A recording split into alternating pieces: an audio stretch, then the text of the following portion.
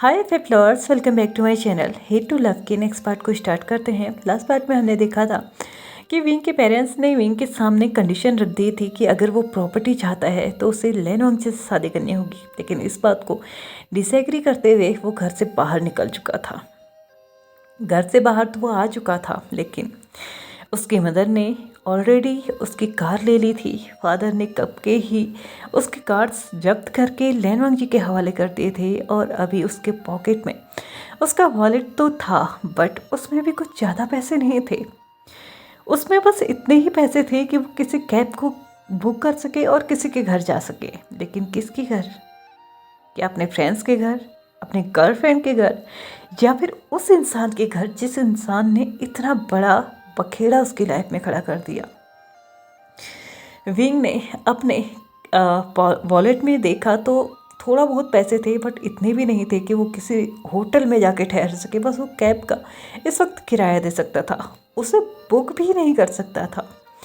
उसने कुछ कदम चलते हुए ये सोचा कि क्यों ना वो पास ही में अपने गर्लफ्रेंड के वहाँ चले जाए। वैसे भी उसकी गर्लफ्रेंड उसको देख के वहाँ पे खुश ही होगी। हमेशा से ही तो ये चाहती थी कि वो और विंग हमेशा एक साथ रहें। इसलिए विंग ने बिना हेजिटेशन के अपने कदमों को अपनी गर्लफ्रेंड के घर की तरफ बढ़ाया। वो अच्छे से जानता था कि उसकी गर्लफ्रेंड यहाँ पे पढ़ाई के लिए रहती है और उसके पेरेंट्स जो है वो अनदर सिटी में रहते हैं, क्योंकि उसके पेरेंट्स भी एक बिजनेसमैन है।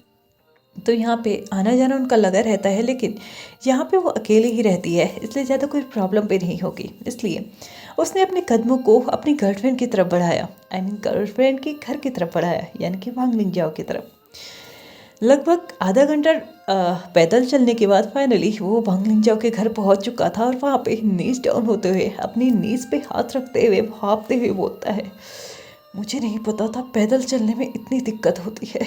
ऐसा कहते हुए उसने जोर से सांस ली और उसे फोर्स के साथ उसको बाहर छोड़ा और अपने आप को थोड़ा सा शांत किया, क्योंकि चलते चलते वो बहुत ज़्यादा थक चुका था।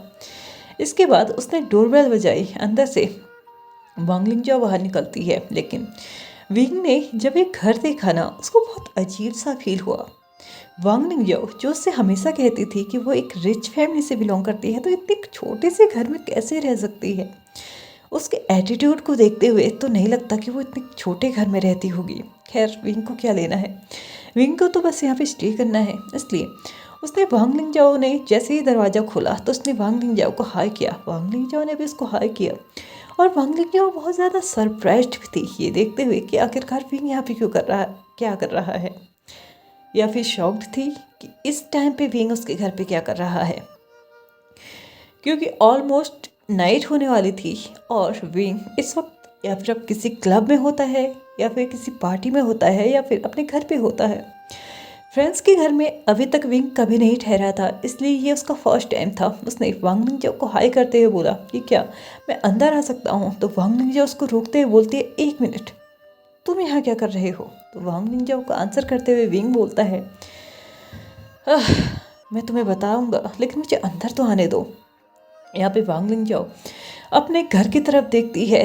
पता नहीं क्यों ऐसा लग रहा था जैसे कि वो कुछ सीक्रेट छिपा रही है, और वो विंग को यहीं पे रोकते हुए बोलती है, एक मिनट, तुम्हें मुझसे बात करनी है ना, मैं बाहर आती हूँ, कोई दिक्कत नहीं है।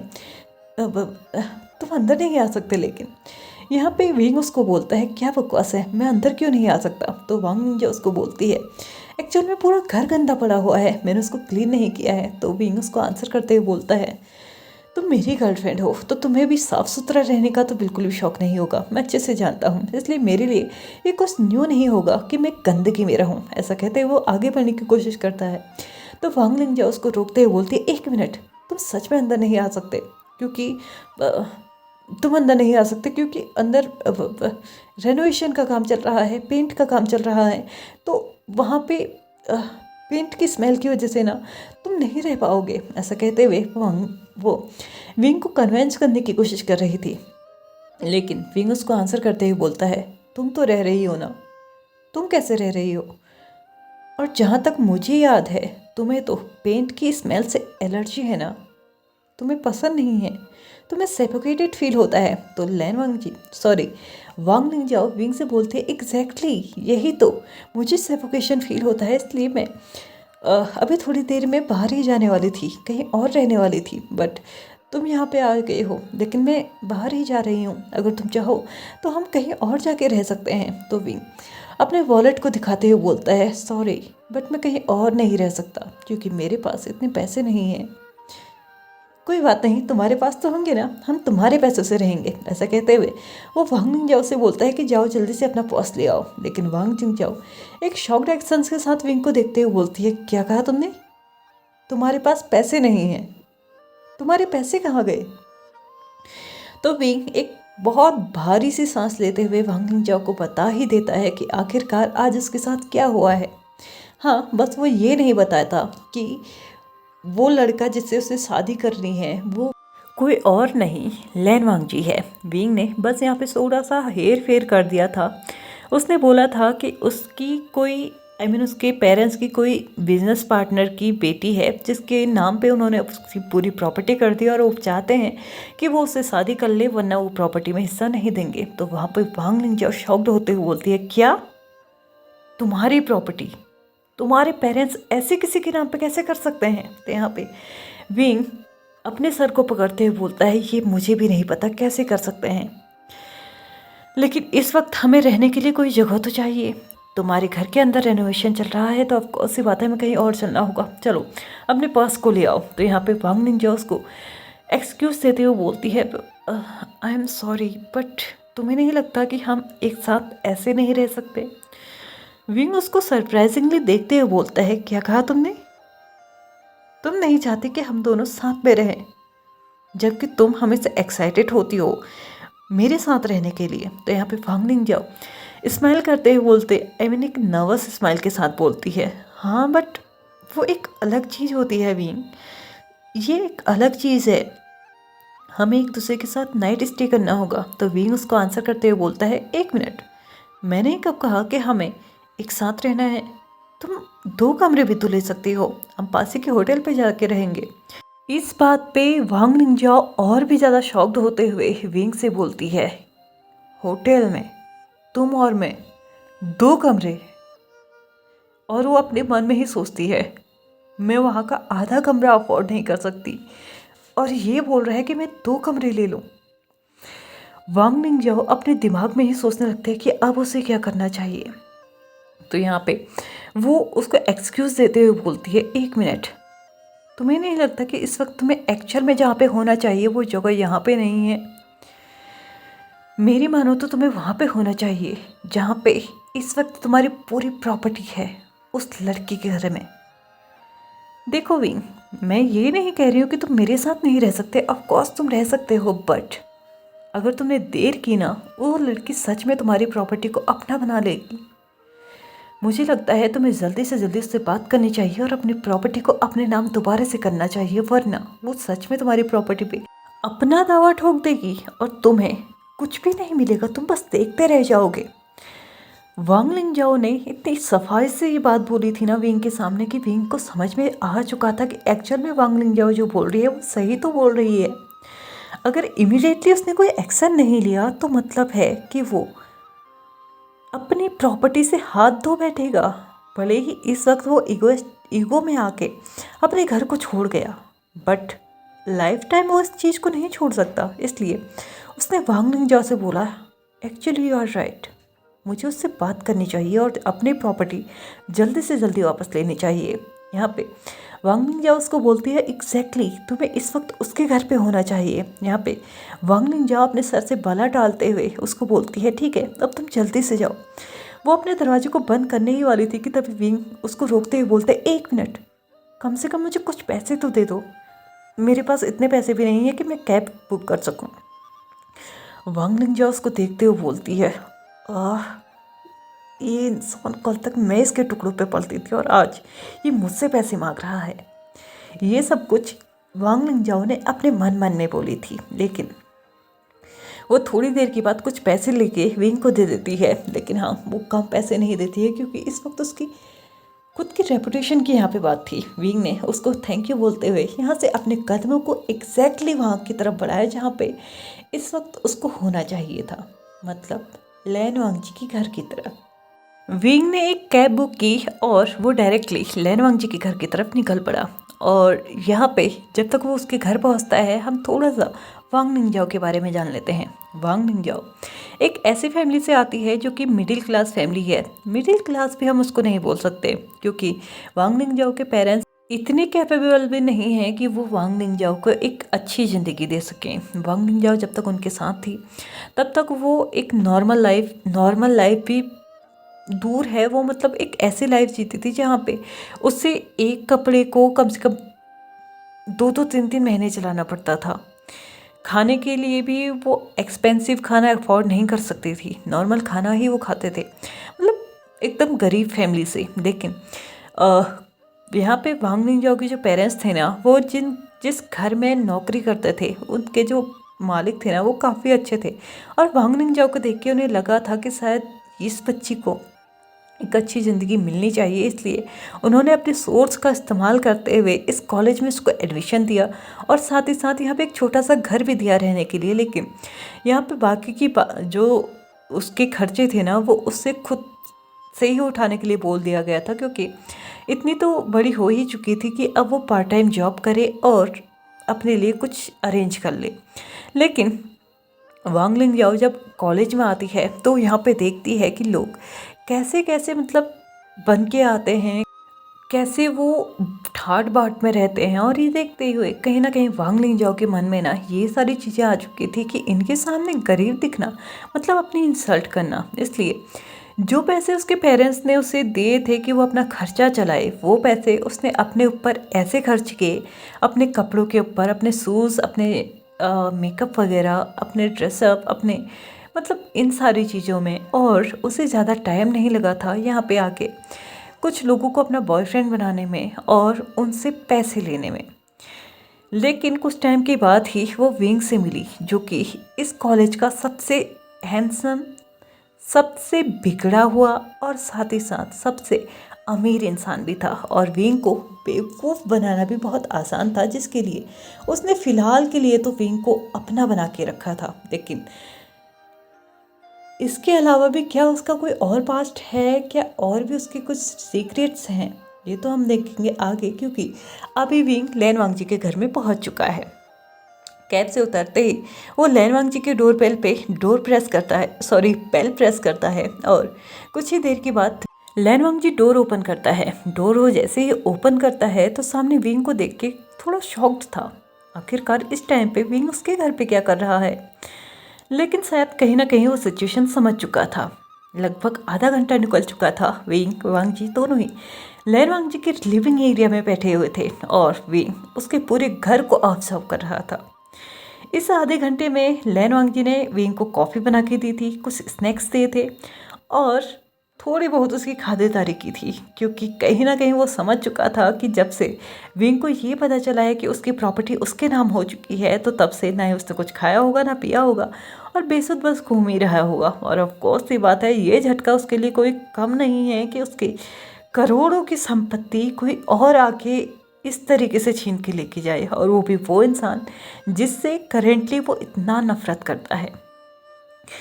विंग ने जब खा पी के डकार मार ली थी, उसके बाद लैन वांग जी से बोला, first of all thank you तुम्हारी कॉफ़ी के लिए, तुम्हारे स्नैक्स के लिए, बट अब हम सीधे पॉइंट पे आते हैं।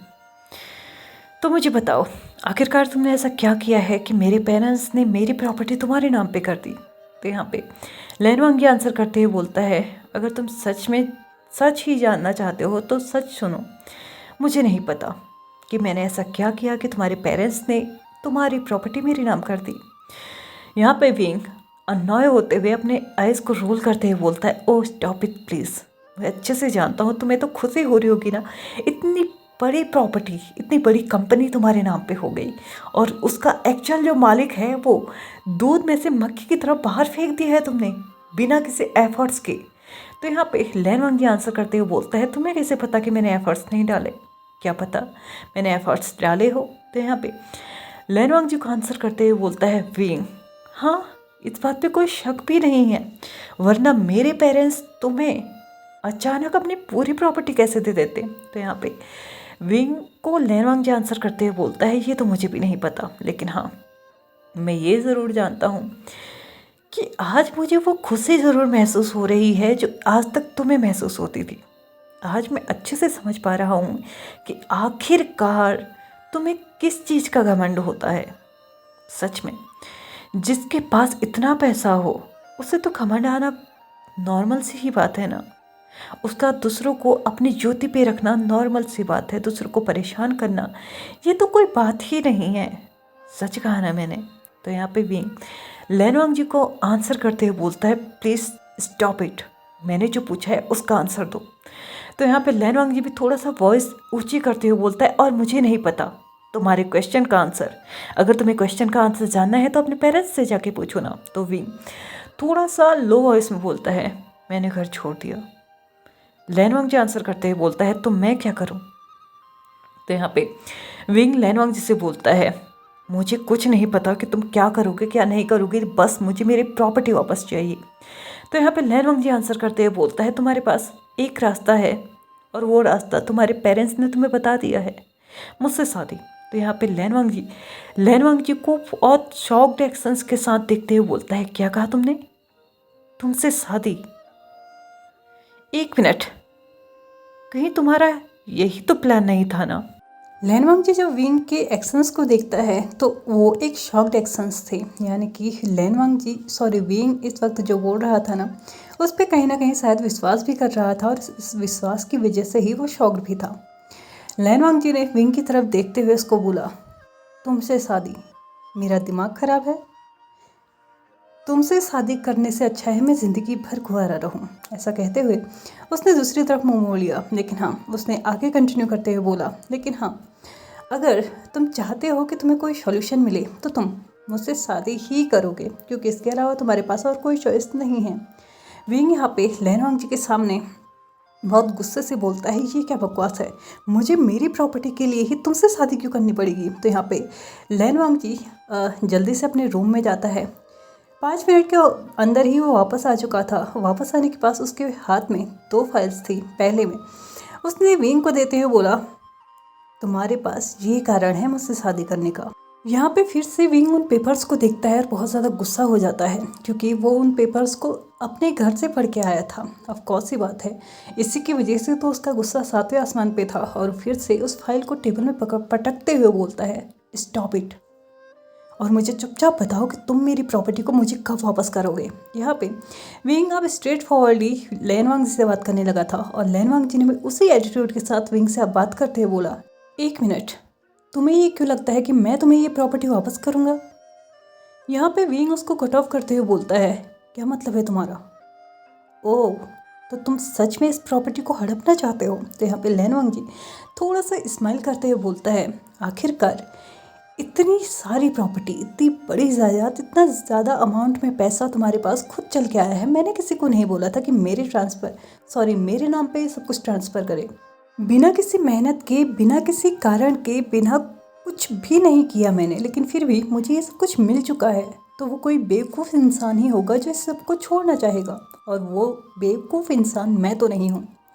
और वैसे भी तुम्हारे खुद के पेरेंट्स को ही लगता है कि इस सब के लिए मैं सुटेबल पर्सन हूँ, तो मैं क्या कर सकता हूँ। यहाँ पे विंग लेनवांग जी को बहुत गुस्से से देखता है और उसके बाद बोलता है, मुझे पता ही था ये तुम्हारा ही किया धरा है। मुझे नहीं पता तुमने ऐसा क्या किया जिसकी वजह से मेरे पेरेंट्स का माइंड वॉश हो गया है, लेकिन मैं तुमसे मेरी प्रॉपर्टी वापस लेके रहूँगा। तो यहाँ पे लेनवांग जी आंसर करते हुए बोलता है, शायद तुमने इस पेपर को अच्छे से नहीं पढ़ा। इन पेपर्स में क्लियरली लिखा हुआ है, अगर मैं इस प्रॉपर्टी को किसी को देना भी चाहूँ ना, तो भी वो लीगली मेरा रिलेटिव होना चाहिए, जो कि करेंटली सिर्फ मेरे पेरेंट्स हैं। मतलब अभी अगर मैं इस प्रॉपर्टी को किसी के नाम पे कर भी देता हूँ ना, वो सिर्फ मेरे पेरेंट्स होंगे। और अगर इसके अलावा किसी और के नाम पे प्रॉपर्टी होती है ना, तो उसके अगेंस्ट लीगली एक्शन लिया जाएगा। इस चीज़ को शायद तुम पढ़ना भूल गए हो। विंग जल्दी से उन पेपर्स को पढ़ना स्टार्ट करता है, तो उसमें एक पॉइंट ये भी था कि लेनवांग जी तब तक इस प्रॉपर्टी को किसी के नाम पे नहीं कर सकता जब तक वो इंसान उसका लीगली रिलेटिव ना हो। यानी कि अभी उसके पेरेंट्स उसके लीगल रिलेटिव हैं, मतलब उसके पेरेंट्स हैं, तो ऑफकोर्स सी बात है। और उसके बाद अगर विंग की बात की जाए तो कहीं से कहीं तक वो दोनों कुछ भी कनेक्टेड नहीं हैं। मतलब सिर्फ अगर फ्रेंड्स भी उनको बोला जाए तो भी उनके बीच में कोई लीगल रिलेशनशिप नहीं है। और इस पेपर्स में क्लियरली बोला गया है कि लैन वांग जी उसी के नाम पे ही सब कुछ ट्रांसफ़र कर सकता है जिसके साथ उसका कोई लीगल रिलेशनशिप हो। विंग फिर से बहुत फ्रस्ट्रेटेड होकर उन पेपर्स को फेंकता है, अपने बालों को बहुत टाइटली खींचते हुए बोलता है, मेरे पेरेंट्स के दिमाग में आखिर चल क्या रहा था। तो यहाँ पे लैन वांग जी उन पेपर्स को हाथ में लेता है और उन्हें बहुत सॉफ्टली रीअरेंज करता है, क्योंकि उस फाइल से कुछ पेपर्स बाहर निकल रहे थे बार बार पटके जाने की वजह से। यहाँ पे विंग बहुत ज़्यादा गुस्से में था। उसने लैन वांग जी से थोड़ा सा अपने आप को संभालते हुए फाइनली पूछ ही लिया कि आखिरकार वो ऐसा क्या कर सकता है जिसके चलते उसकी ये प्रॉपर्टी उसको वापस मिल जाए, क्योंकि वो सब इतनी इजीली तो वो छोड़ना नहीं चाहता है। यहाँ पे लैन वांग जी अब फाइनली उस मुद्दे पे बात करने को तैयार था जिस मुद्दे के लिए एक्चुअल में ये सब कुछ हुआ था। लैन वांग जी ने विंग की तरफ देखते हुए बोला, अब आए तुम पॉइंट में। एग्जैक्टली तुम्हें ये बात सबसे पहले कर लेनी चाहिए थी। तुम्हें क्या करना चाहिए? सबसे पहले तुम्हें मुझसे शादी करनी होगी। विंग कुछ बोलना चाहता था लेकिन लैन वांग जी उसको बीच में ही कट ऑफ करते हुए बोलता है, प्लीज़ कंप्लीट करने दो। लैन वांग जी आगे कंटिन्यू करते हुए बोलता है, हमें अभी शादी करनी होगी और 1 साल के बाद मैं तुम्हें डाइवोर्स दूंगा। यहाँ पे विंग थोड़ा सरप्राइजिंगली उसको देखता है कि आखिरकार ये क्या है। तो यहाँ पे एक ट्विस्ट और लैन वांग जी लेके आता है, लेकिन इस 1 साल में तुम्हें प्रूफ करना होगा कि तुम इस कंपनी के लायक हो, इस प्रॉपर्टी के लायक हो, इस कंपनी हर एक चीज़ को तुम अच्छे से हैंडल कर सकते हो। यहाँ पे विंग लैन वांग जी की तरफ देखते हुए बोलता है, क्या मतलब है तुम्हारा? तो यहाँ पे लैन वांग जी कंटिन्यू करते हुए बोलता है, हमारी शादी के बाद तुम और मैं हम दोनों ही कंपनी एक साथ ज्वाइन करेंगे। 1 साल का टाइम है। अगर इस 1 साल में हम में से जो भी बेटर करेगा वो सच में इस प्रॉपर्टी का लीगल वारिस होगा। मतलब अगर तुम मुझसे बेटर करते हो तो मैं सारी की सारी प्रॉपर्टी तुम्हारे नाम पे कर दूंगा, कंपनी तुम्हारे नाम पे कर दूंगा, जितने भी शेयर्स मेरे नाम पे हैं मैं तुम्हारे अकाउंट में ट्रांसफ़र करूंगा। लेकिन अगर तुम मुझसे बेटर नहीं कर पाए तो मैं तुम्हें कभी भी ये प्रॉपर्टी वापस नहीं करूंगा। विंग उसको बहुत क्वेश्चनिंग लुक के साथ देखते हुए बोलता है, क्या बोलना चाह रहे हो तुम? लैन वांग जी अब उसको क्लियरली बोलता है कि ठीक है, सबसे पहले हमारी शादी होगी, उसके बाद हम कंपनी ज्वाइन करेंगे। वहाँ पे जाके हम दोनों ही अलग अलग डिपार्टमेंट्स में काम करेंगे, या फिर हो सकता है एक डिपार्टमेंट में भी करें, लेकिन फिर भी हम दोनों के बीच में कंपटीशन चलेगा। जो भी इस 1 साल में ज़्यादा फ़ायदा कंपनी को कराएगा, अच्छे तरीके से कराएगा, मतलब प्रोजेक्ट को ज़्यादा हैंडल करना और उनको बेटर तरीके से हैंडल करना। अगर ये चीज़ें जिसके अकाउंट में ज़्यादा होंगी वही एक्चुअल में इस प्रॉपर्टी का लीगल वारिस होगा। यहाँ पे लैन वांग जी सेकंड फाइल को विंग के आगे खिसकाते हुए बोलता है, तुम इसे एक कॉन्ट्रैक्ट मैरिज कह सकते हो, हम 1 साल के लिए मैरिज कर रहे हैं बस। यहाँ पे विंग उस सब सेकंड फाइल को उठाते हुए उसको पढ़ना स्टार्ट करता है और उसे पढ़ते हुए वो बहुत ज़्यादा शॉक्ड हो चुका था और उसे फिर से टेबल में पटकते हुए बोलता है, ये क्या है? लैन वांग जी बोलता है, वही जो एक्चुअल में होना चाहिए। आखिरकार उस फाइल में ऐसा भी क्या था जो कि विंग को इतना गुस्सा दिला गई? अब हम क्या जाने, हम तो जानेंगे आने वाले एपिसोड में। तो चलिए फ्रेंड्स, आज के इस पार्ट को हम यहीं पे ख़त्म करते हैं। वीडियो पसंद आए तो please like share subscribe and comment करते हुए जाइएगा। Thank you so much for watching my video and bye bye.